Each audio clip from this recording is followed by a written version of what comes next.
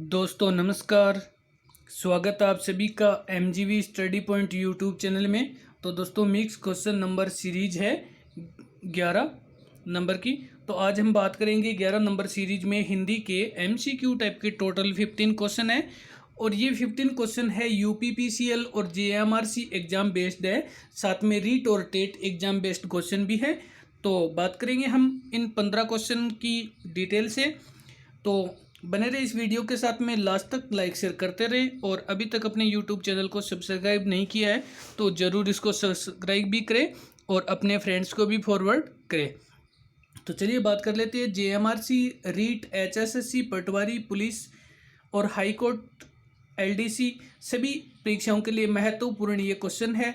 तो बात करते हैं हम इन 15 क्वेश्चन की। तो चलिए बात कर लेते हैं पहले क्वेश्चन की। ये हमारा हिंदी टेस्ट ऑनलाइन जो एमजीवी स्टडी पॉइंट पे ऑनलाइन टेस्ट से लिया गया था, उसकी सीरीज नंबर 11 है।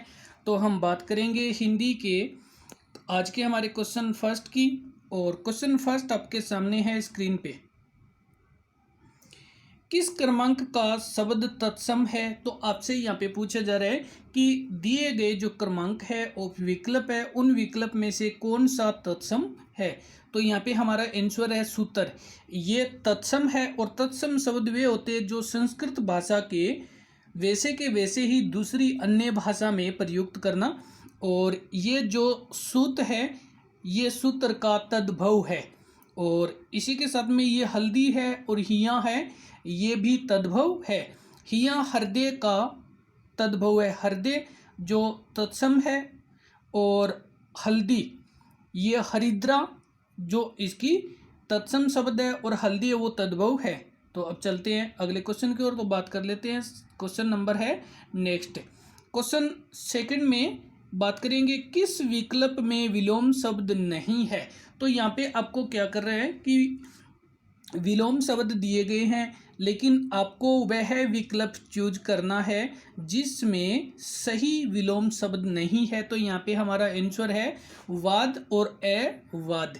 यहाँ पे जो सही होगा वो वाद और विवाद होता है, अवाद नहीं होता है।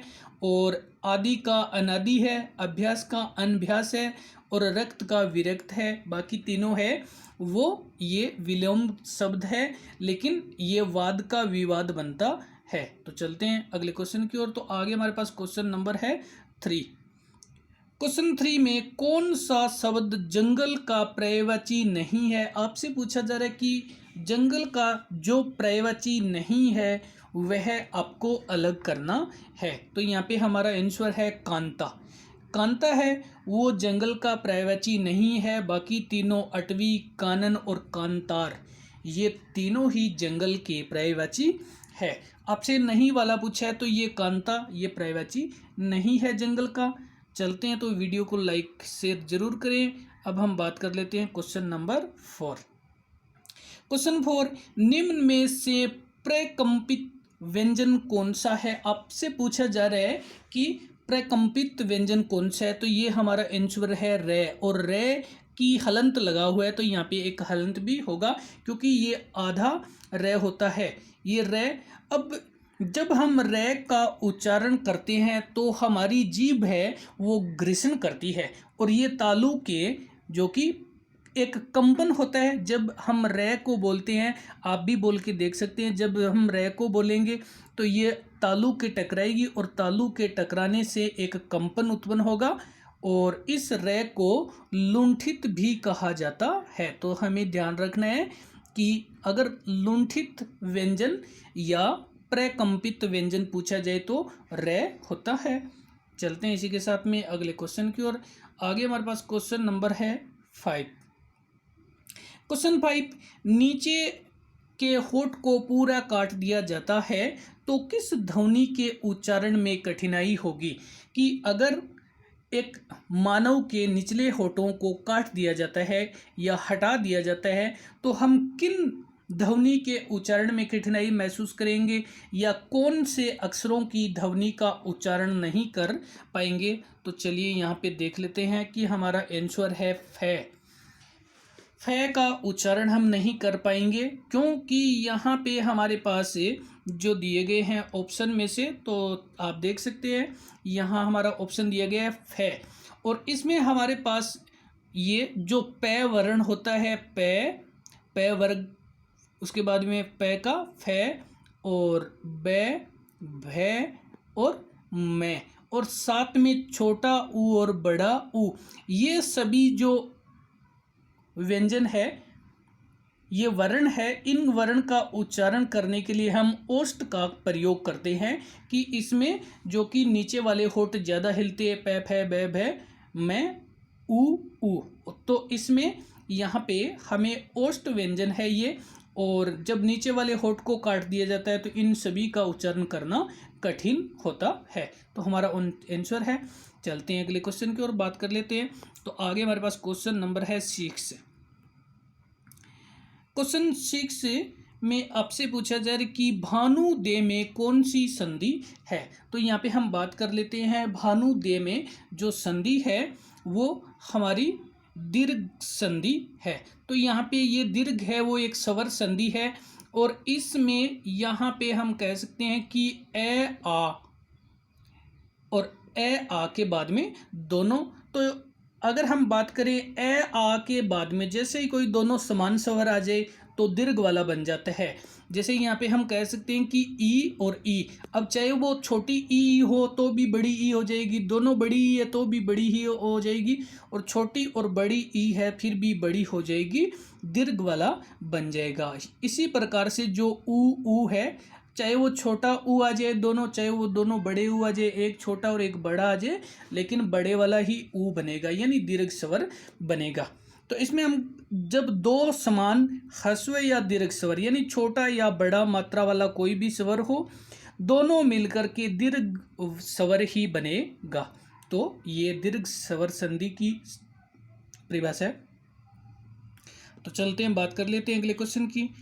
आगे हमारे पास क्वेश्चन नंबर है 7, और क्वेश्चन 7 में आपसे पूछा जा रहा है कि विषाणु शब्द में निहित समास है। विषाणु शब्द में कौन सा समास है।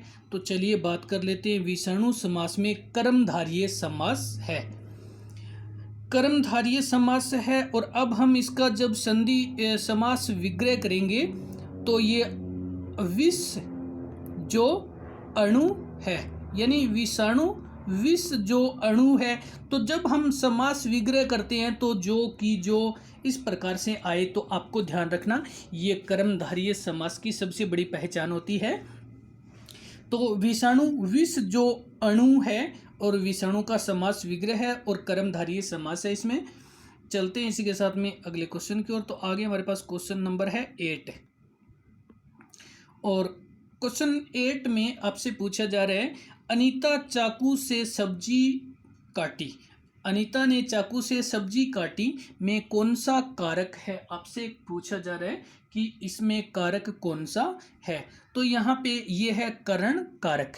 अनीता ने चाकू से सब्जी काटी, अब जो यहाँ पे चाकू है वो एक साधन है, ये एक साधन है, और जब साधन से कार्य किया जाता है तो करण कारक होता है। सहायता से, किसी की सहायता से या के द्वारा कार्य किया जाता है, जिस साधन से कार्य किया जाता है तो वहाँ पे करण कारक होता है। और चलते हैं अगले क्वेश्चन की ओर। तो इससे पहले वीडियो को लाइक शेयर करते रहें और फ्रेंड्स को भी फॉरवर्ड कर दीजिए। बात कर लेते हैं क्वेश्चन 9 की। क्वेश्चन 9, निम्न में से किस शब्द में परा उपसर्ग है। आपसे पूछा है कि परा उपसर्ग से बना हुआ कौन सा शब्द है, और ये है पराकाष्ठा। पराकाष्ठा जो शब्द है ये परा उपसर्ग से बना है, बाकी तीनों ही नहीं है। तो चलिए अगले क्वेश्चन की बात कर लेते हैं। आगे हमारे पास क्वेश्चन नंबर है 10। क्वेश्चन 10 में निम्न में से किस शब्द में तदीय प्रत्यय है। तो यहाँ पे हम बात करेंगे प्रत्यय की, और ये प्रत्यय है तदीय प्रत्यय आपसे पूछा जा रहा है। तो यहाँ पे हमारा आंसर है कोचवान। कोचवान शब्द में तदीय प्रत्यय है, और आगे जो घुमाव है, धरती है, पछतावा है, इनमें तदीय प्रत्यय नहीं है। चलिए बात कर लेते हैं इसी के साथ में अगले क्वेश्चन की। तो आगे हमारे पास क्वेश्चन नंबर है 11। क्वेश्चन 11 में संज्ञा एवं सर्वनाम की विशेषता बताने वाले शब्द कहलाते हैं। वे शब्द जो किसी संज्ञा या किसी सर्वनाम की विशेषता बताते हैं या विशेषता प्रकट करते हैं तो वे शब्द कहलाते हैं, विशेषण कहलाते हैं। संज्ञा या सर्वनाम की विशेषता बताने वाले शब्द विशेषण कहलाते हैं। विशेषण 4 प्रकार के होते हैं। विशेषण 4 प्रकार के होते हैं और ये होते हैं सर्वनामिक विशेषण, संख्यावाची विशेषण, गुणवाचक विशेषण और परिमाणवाचक विशेषण। तो चलते हैं, बात कर लेते हैं इसी के साथ में अगले क्वेश्चन की। आगे हमारे पास क्वेश्चन नंबर है 12। तो बात कर लेते हैं क्वेश्चन 12 की। इस लड़के को कहाँ लिए जा रहे हैं, वाक्य में सही विकल्प का चयन करें। इस वाक्य के लिए सही विकल्प का चयन करें। इस लड़के को कहाँ लिए जा रहे हैं, तो ये हमारे पास सर्वनामिक विशेषण है। अभी हमने बात की थी 4 विशेषण, सर्वनामिक, गुणवाचक, संख्यावाचक और परिणामवाचक। लेकिन यहाँ पे हम बात कर रहे हैं कि इस लड़के को कहाँ लिए जा रहे हैं, तो ये सर्वनामिक विशेषण है। क्योंकि यहाँ पे हमारे पास अगर ये कहाँ को देखा जाए, इस कहाँ तो लास्ट में प्रश्नवाचक चिन्ह होना था, इट मीन्स ये तो लागू नहीं होता है। अब यहाँ पे बात कर रहे हैं इसमें, और इस ये सर्वनामिक है और जो सर्वनाम को इंगित करता है। और इस बालक को कहाँ लिए जा रहे हो, तो इसमें ये सर्वनाम वे शब्द जो किसी संज्ञा की ओर संकेत करे। तो यहाँ पे इस जो है वो लड़के की ओर संकेत किया जा रहा है। किस लड़के को, तो इस लड़के को, और ये किसी संज्ञा की ओर संकेत कर रहा है, तो ये सर्वनामिक विशेषण है। और चलते हैं अगले क्वेश्चन की ओर। आगे हमारे पास क्वेश्चन नंबर है 13। तो बात कर लीजिए क्वेश्चन 13 की। नेहरू जी को बच्चे चाचा कहकर पुकारते थे। तो इस पूरे वाक्य में आपको देखना है कि नेहरू जी को बच्चे चाचा कहकर के पुकारते थे। वाक्य में नेहरू शब्द में निहित संज्ञा है। आपको बताना है कि जो नेहरू शब्द है वो कौन सी संज्ञा है। तो ये हमारा आंसर है व्यक्तिवाचक संज्ञा। अब चलिए बात कर लेते हैं थोड़ी डिटेल से कि जो नेहरू शब्द है वो एक जाति विशेष से संबंधित है, पूरे नेहरू जाति के लोगों के बारे में है। लेकिन ये जातिवाचक संज्ञा न होकर के यहाँ व्यक्तिवाचक संज्ञा इसलिए हुआ है कि यहाँ पे जो चाचा कहते थे वो केवल एकमात्र व्यक्ति थे, पंडित जवाहरलाल नेहरू। तो यहाँ पे नेहरू जी है, गांधी जी है। तो इन शब्दों से हमें पता चलता है, जैसे हम गांधी जी नाम लेंगे तो महात्मा गांधी ही हमारे माइंड में आएगा। तो इस प्रकार से ये व्यक्तिवाचक संज्ञा बन जाती है। और चलते हैं, बात करते हैं नेक्स्ट क्वेश्चन की। तो नेक्स्ट क्वेश्चन नंबर है 14। अब हम बात कर रहे हैं 14 की।